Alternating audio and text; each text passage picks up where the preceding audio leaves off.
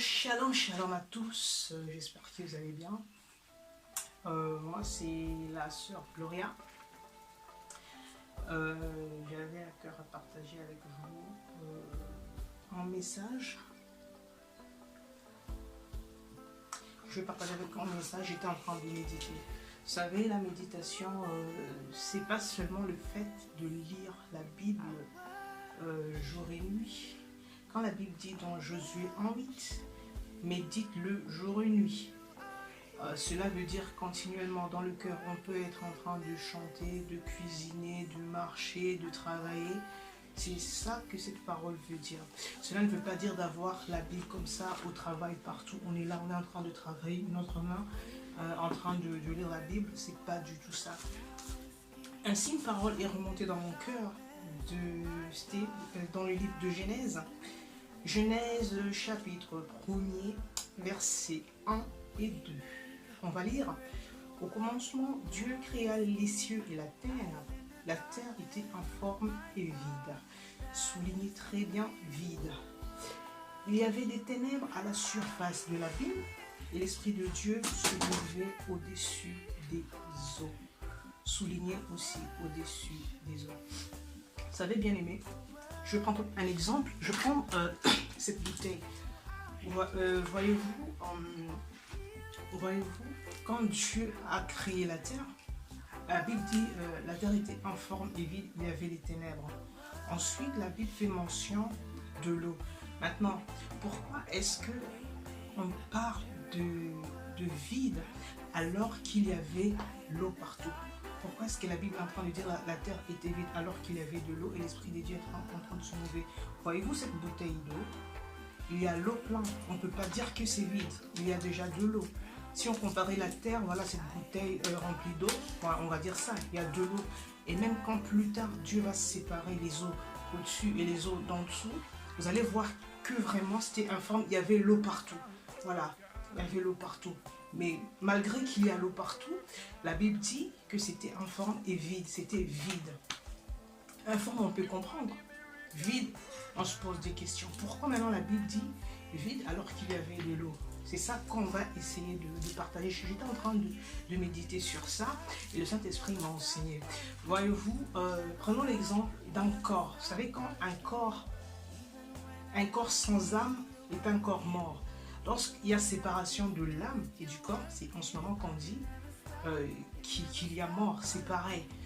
Quand Dieu a créé Adam, c'était d'abord, voilà, le Seigneur a créé Adam à partir de la poussière. Il était déjà là, on peut dire c'était comme un cadavre. Et quand le Seigneur a soufflé, il est redevenu vide. Maintenant, on ne parle pas de vie. La Bible, quand on dit vide, c'est-à-dire qu'il y a absence de la vie de Dieu. C'est-à-dire la terre était comme ça, il n'y avait rien. Et maintenant, pour que la vie de Dieu prenne place, il fallait que le Seigneur commence à parler. Cela doit être associé à la parole de Dieu. C'est pourquoi la Bible dit, Dieu dit que la lumière soit. La lumière fut. Quand il y a absence de la vie de Dieu, on est vide. Vous savez, il y a aussi, vous avez déjà entendu parler par exemple des prédicateurs, vous avez déjà entendu parler des chants, vous avez déjà entendu parler des pasteurs, ils sont vides. Ils peuvent se mettre, à prêcher, ils peuvent prêcher, mais vous ne sentez rien. Il n'y a rien qui dégage d'eux. Vous dites, mais c'est quoi? Je suis en train de dormir. Il y a d'autres qui chantent, vous dites, mais c'est quoi ça? Et quand il y a une autre personne, vous savez, je suis pianiste, on peut avoir même deux notes, on peut savoir seulement deux accords.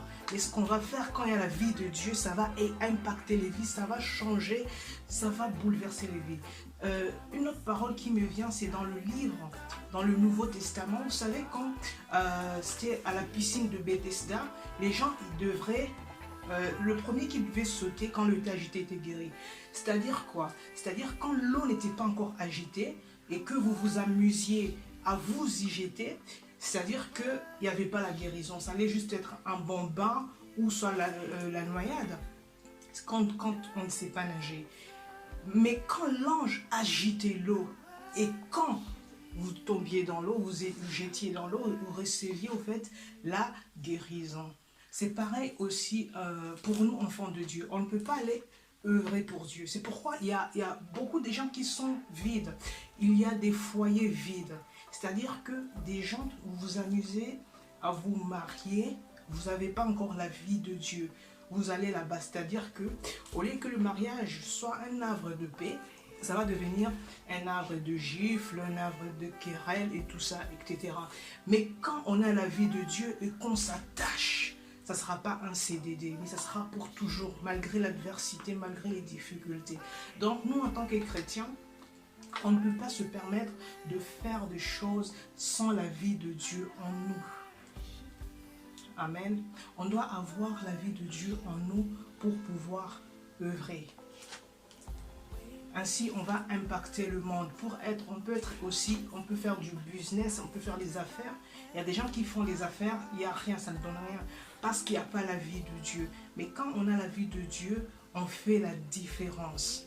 Quand il y a la vie de Dieu, il y a la différence. Donc, je voulais insister là pour œuvrer pour Dieu. Je voulais dire à une personne que le Seigneur touche une personne qui est en train de se poser des questions. Seigneur, pourquoi ceci ou pourquoi cela? C'est-à-dire qu'il n'y a pas la vie de Dieu. Vous pouvez vous appeler chrétien, mais tant qu'il n'y a pas la vie.